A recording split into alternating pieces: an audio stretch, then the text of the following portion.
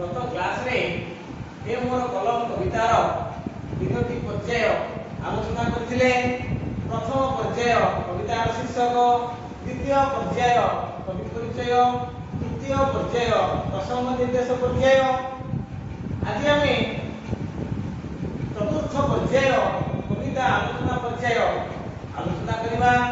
एही पर्याय रे आमे कविताटी को आवृत्ति करिबा एवं कवितार भावार्थ जानिबा।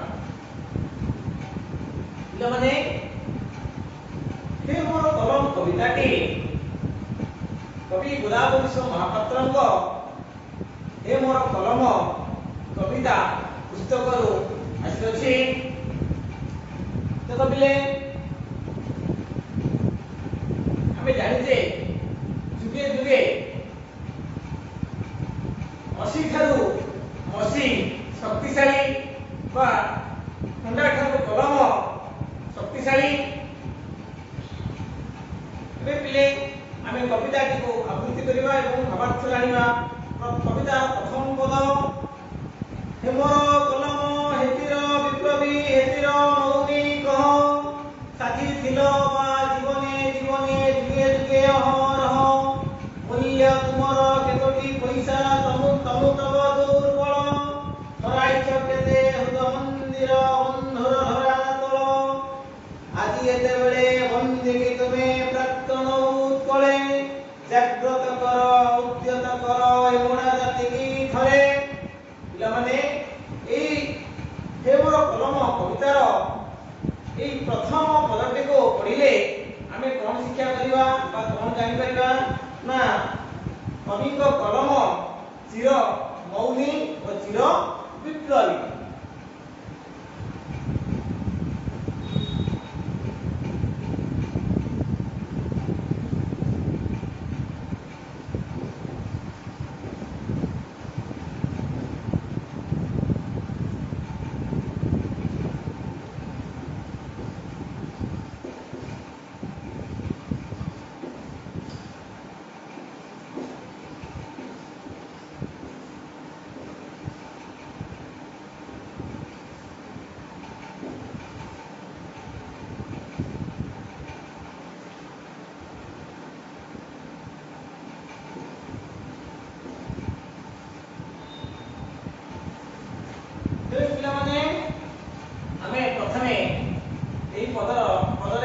कठिन शब्द गुड़िक अर्थ जानिबा। मौनी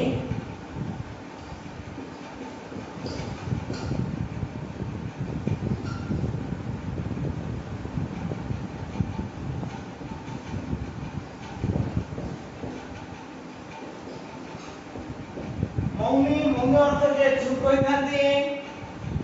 अहरह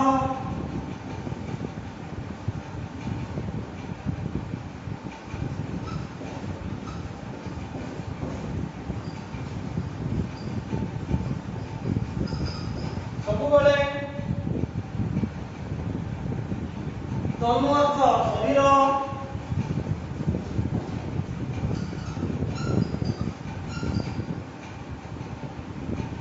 प्राक्तन अर्थ पूर्वकालीन,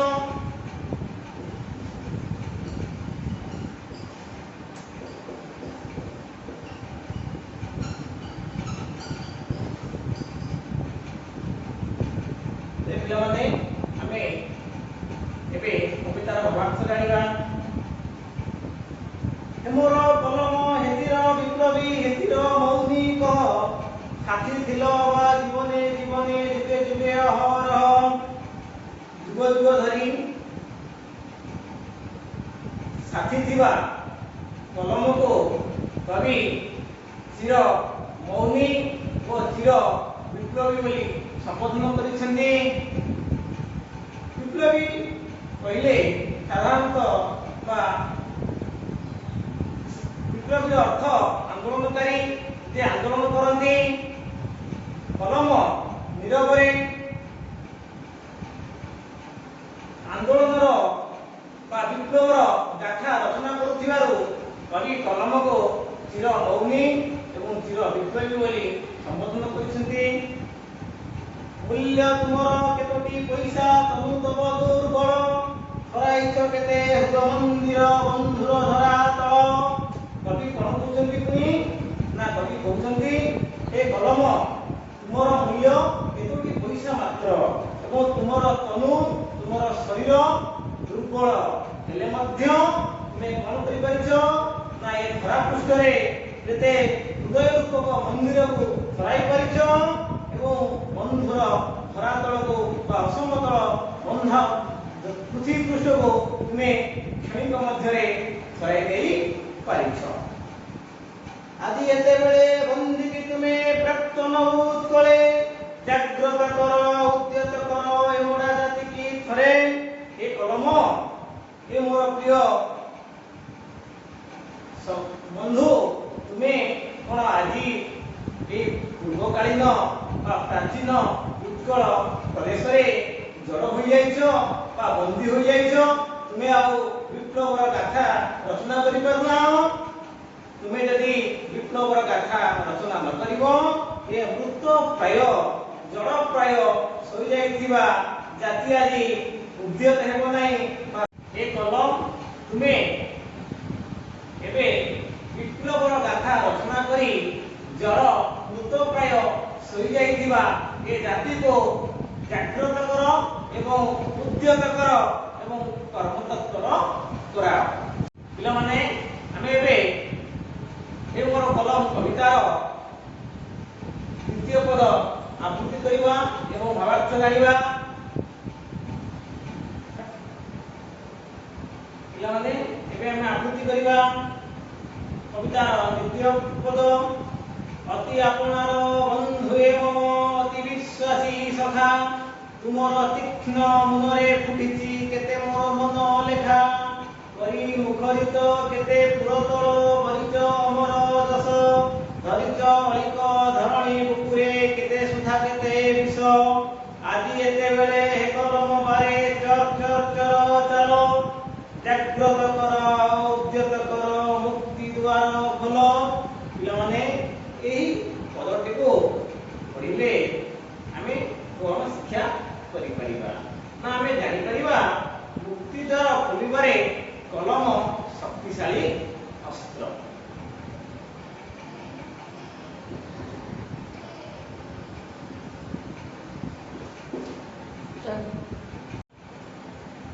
ପିଲାମାନେ ଆମେ ଏବେ କଠିନ ଶବ୍ଦର ଅର୍ଥ ଜାଣିବା।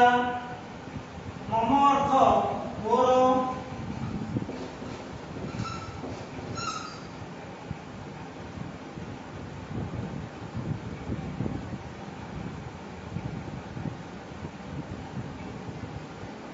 ତୀକ୍ଷ୍ଣ ଅର୍ଥ ଧାରୁଆ,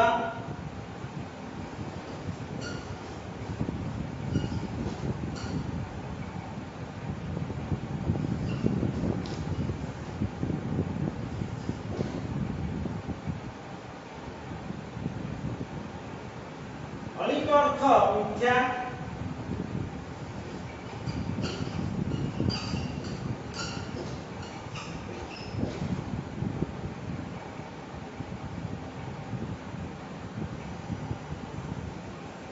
ସୁଧା ଅର୍ଥ ଅମୃତ,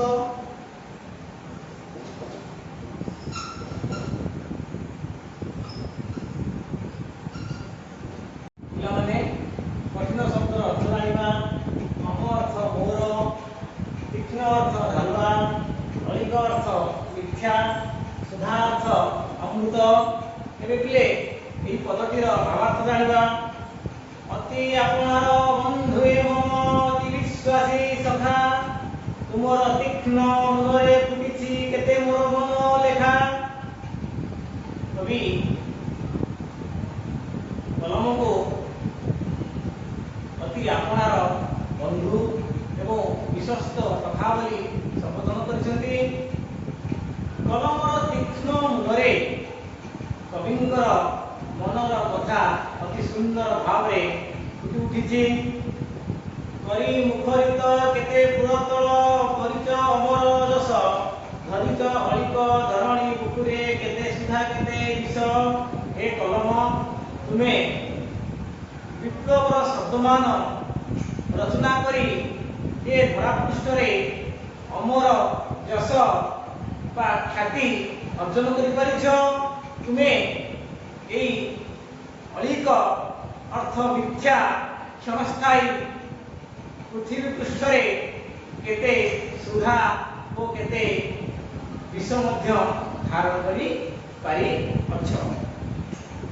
ଆଜି ଏତେବେଳେ ହେକଲମ ବାରେ ଚର ଚର ଚର ଚାଲ, ଜାଗ୍ରତ କର ଉଦ୍ୟତ କର ମୁକ୍ତି ଦ୍ୱାର ଖୋଲ। ଏ କଲମ ତୁମେ ଆଜି ଆଉ ଥରେ ଚର୍ଚର ହୋଇ ଚାଲ, ବିପ୍ଳବର ଗାଥା ରଚନା କର। ବୃଦ୍ଧ ଜଳପ୍ରାୟ ଶୋଇଯାଇଥିବା ଏ ଜାତିକୁ ତୁମେ ଜାଗ୍ରତ କର, ଉଦ୍ୟତ କର ଏବଂ ଏ ଜାତିର ମୁକ୍ତିର ପଥ ଉନ୍ମୋଚନ କର।